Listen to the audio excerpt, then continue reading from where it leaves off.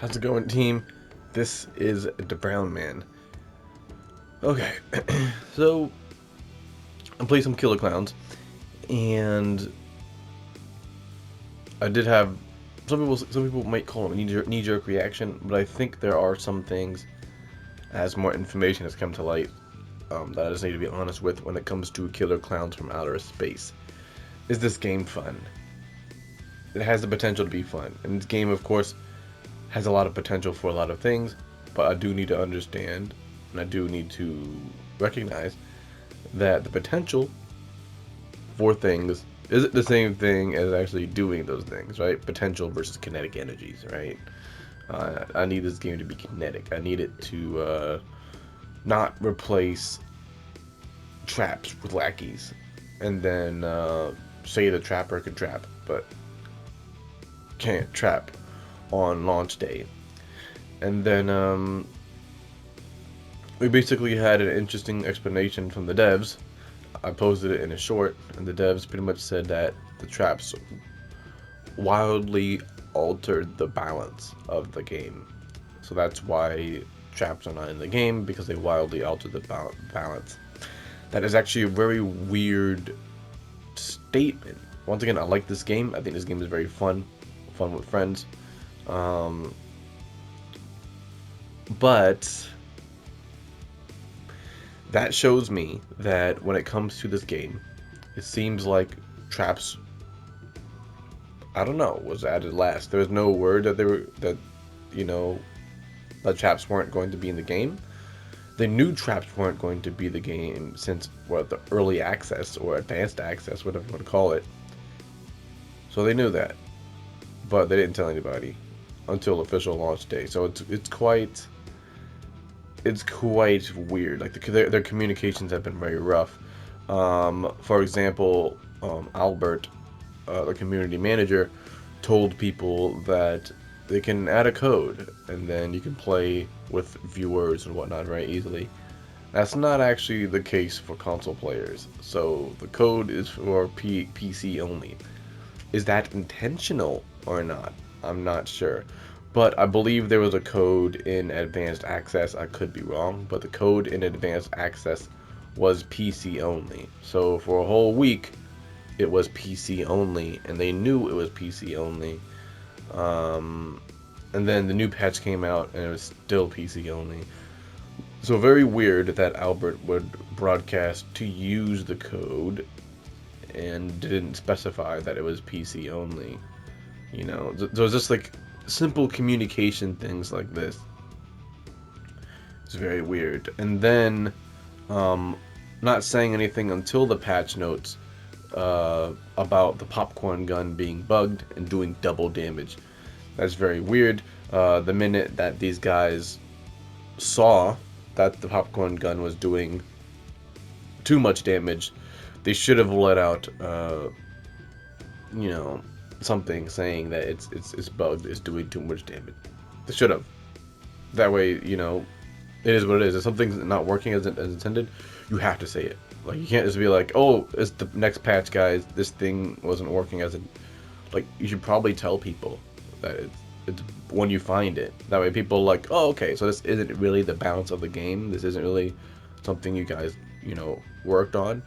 It's just, it is what it is. Cool. It's bugged. We understand it's going to get fixed, right? That open transparency would help a lot.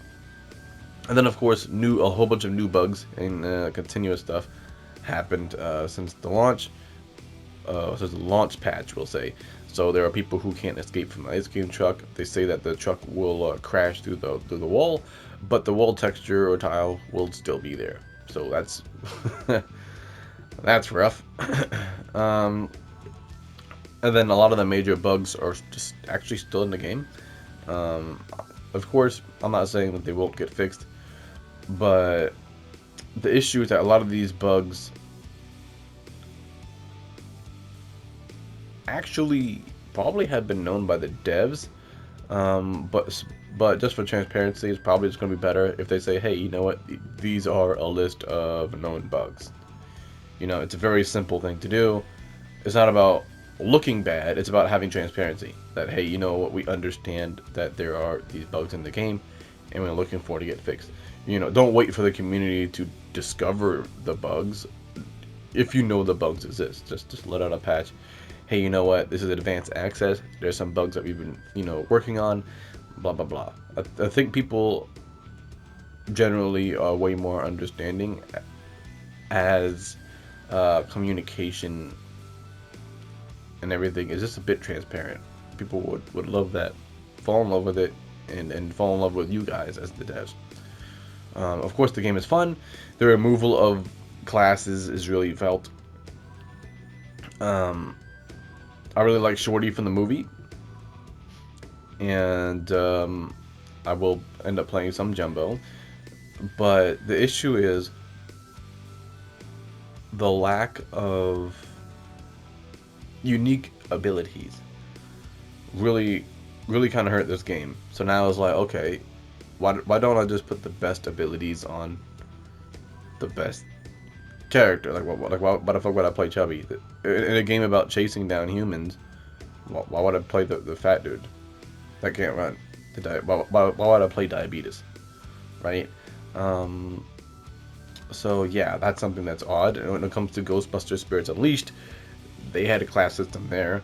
They had all ghosts shared a general ability, and then each ghost class shared an ultimate. Then each variation of that class had a different kind of technique. You would have the possessor that would possess humans, and sometimes Ghostbusters. You had the other guy, the Wraith, that would I forgot, it was one of the Wraith or somebody else. That would have once again the same technique, same stuff, but he would be able to launch a darkness orb that he can shoot, and over time, it would explode, terrifying and doing damage in an area. And then of course there's the other variant with the ground slam. So it's like, oof, just weird coming off of that game and then playing this game. It's just like very it feels very bare bonesy. And a lot of the simple abilities are just gone. So I think it feels like they wanted to make clowns kind of like just skins, but they wanted to keep the concept of classes, so they made it as simple as possible. So we'll see. And as for Baby Clown Traps, there's no date on that.